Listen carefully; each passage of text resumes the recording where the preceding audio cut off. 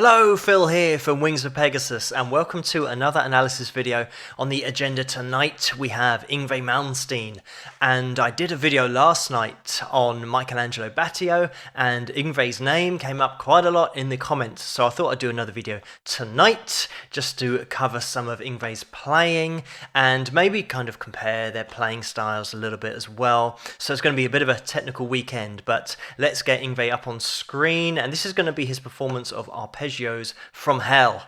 So let's see how Yngwie gets on.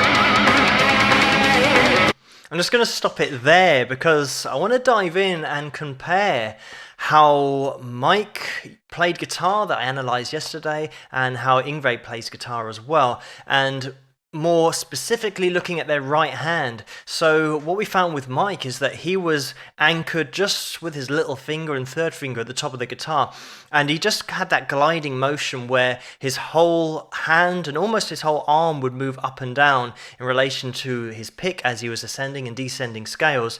And Yngwie here seems to be a lot more anchored or a lot more fixed with that right hand position. Of course, he makes it look ridiculously easy where it's anything but, and it takes years and years of dedicated practice to get up to this level and up to this speed. But the one thing that stands out to me is the fact that if you start at a young enough age, you develop your own technique based on your own physiology of the most efficient way and effective way to build up your speed. And this is how really fast players, they each have different ways that they play. There isn't one way that's going to work for everybody. There's so many tiny differences between a set of hands that one person might have and somebody else's hands. So it means that when you start to really speed up everything, your physiology and your physical makeup is going to make or break your technique. If you're trying to do it the way that somebody else does it, that's not going to be the fastest way for you because you haven't got the exact same dimensions that they've got in their hands. You can use it as a pointer and something to start building up your speed. But when you get into these kind of speeds, everything counts. Every technique counts, and if you're not playing the most effective way for your own physiology, then you're never going to get up to your fastest possible playing speed. And it just goes to show here that Yngwie and Mike have different looking right hands when they're playing, but they're both super fast and super efficient at playing. The other thing about fast playing is that it is totally subjective. Some people will see soul and groove and feel in playing that is really fast, and some people won't. And this actually I saw with Paul Gilbert, where he was just demonstrating a run and he kind of interrupted himself halfway through and said, "That is beautiful music," because to him it spoke to him on that level, that it really moved him to hear something played so fast. And that's why this playing is subjective. I think a lot of people might not get it, or it might not move them, and slower playing does move them more. But you can't really totally discount the speed of someone playing and what it might mean to somebody else who really likes that way of playing. Is totally subjective. So whilst I'm watching this, I like slower playing myself. And, you know, I was brought up on Hendrix and Gary Moore and those kind of players, and Stevie Ray Vaughan as well. But this kind of playing I can appreciate on a fundamentally technical level of how impressive it is that he can play this fast. It doesn't mean I'm going to listen to lots of it and hours of it, but I can appreciate that technicality side of it. But let's have a little look at some more and see where Yngwie takes it next.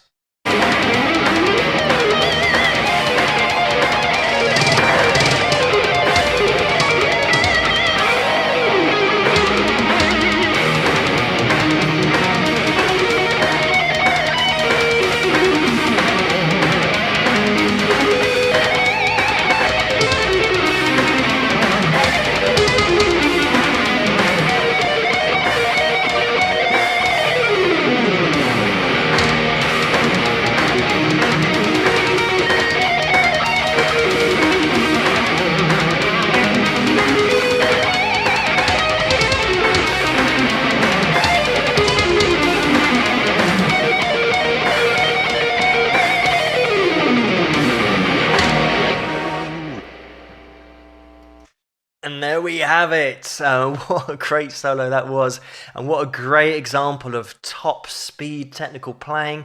Now there's always going to be an argument as well about melody and who throws the best melodic lines together whilst playing at speed. Again, it's impossible to judge. It's totally subjective. Whatever speaks to you is not going to speak to somebody else. But let's just have a quick chat about Yngwie's guitar. He's known for using scallop frets, which, if you don't play guitar, is when the fretboard is hollowed out effectively, and back in the day they used to literally file down the fretboard so that the string is not making contact with the fretboard.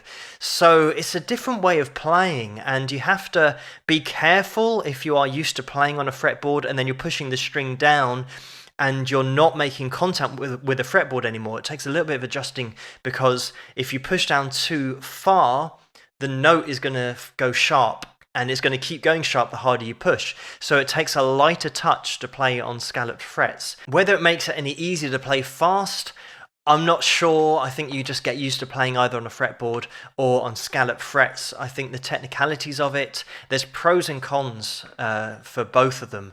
And scalloped frets, because you can't push as hard, it means you have to be more careful when you play. So some shredders really lay into those strings, and some have a really light touch. So yeah, pros and cons to both of them. I don't think either is kind of easy to play on. I think you have to adapt. Another thing I want to mention quickly is the action height. And I mentioned this yesterday with Mike's video. Basically, the distance that the string is away from the fretboard. I said yesterday that Mike had a low action so that it allowed him to play a bit faster. And a few people, not a lot of people, but a few people said, oh, he's actually got a really high action and that's what he plays on. And when I say he's got a low action, I'm saying compared to what people might have at home in terms of their 150 quid or 200 quid guitars, where that action height is going to be anywhere from 2.5 millimeters, maybe up as high as 4 millimeters. I've actually got an acoustic guitar and a classical guitar. The classical guitar is 7.5 millimeters, the action on that. So it is crazy high. And that would be classed just a ridiculously high action. And I think when you're talking about the shredders, what they consider a high action is not going to be 7.5 millimeters. It is going to be maybe 4 millimeters and below, somewhere around that kind of ballpark. And the main thing about playing at this kind of speed is that you've got to start early. Yngwie got his first guitar when he was 5. And he played piano as well. He's from a very classically orientated family, as you can tell with this composition that he's thrown together. And Mike as well, last night, he started playing at 10 years old, but he'd been playing piano since the age of 5. So you've got to start really, really, really early to get up to this kind of level. And not only that, you've got to be really dedicated with your practice. It's not one of those things that they started at 5, but then started getting into their practice seriously when they're 15. They've been literally hammering away at it since the age of 5 and 6 and 7 and 8 and 9, just daily practice for hours and hours and hours. And I actually saw an instructional DVD where Yngwie is explaining his technique, and there's an interviewer there as well asking him questions about it. And the interviewer asked him, so here, how do you go from the A string to the D string on that run that you just showed us? And Yngwie says, well, it just kind of happens. And I very much got the feeling that Yngwie was going to show you his techniques to a point. He's not going to show you everything. He's not going to lay it out because he wants to keep those secrets, and he wants to just keep his own style and not really show exactly how he's getting that speed in there. But he wants to guard his playing, and that's a really common thing with guitar players, where you have the classic adage of when someone's about to play a solo and they turn their back to the crowd so they can't see what he's doing. But Yngwie's that kind of guy that he just wants to keep a few secrets here and there. But yeah, Yngwie, what a great guitarist, what a legend really. I mean, his name's going to go down in history because of the way that he played and that different arpeggiated style, his classical runs as well. You can really hear the classical influence and that background in this composition that he threw together. He's just done it for this video, just putting together some scales and a backing track. So really impressive here as well. Like I mentioned, totally subjective, but I can really appreciate the technique that's gone into this and the years and years of practice. But thank you so much for suggesting this video for me to take a look at. Keep the suggestions coming in the comments below. Let me know what you guys think. If you like this video, please give it a thumbs up and subscribe, and I'll see you guys at the next one.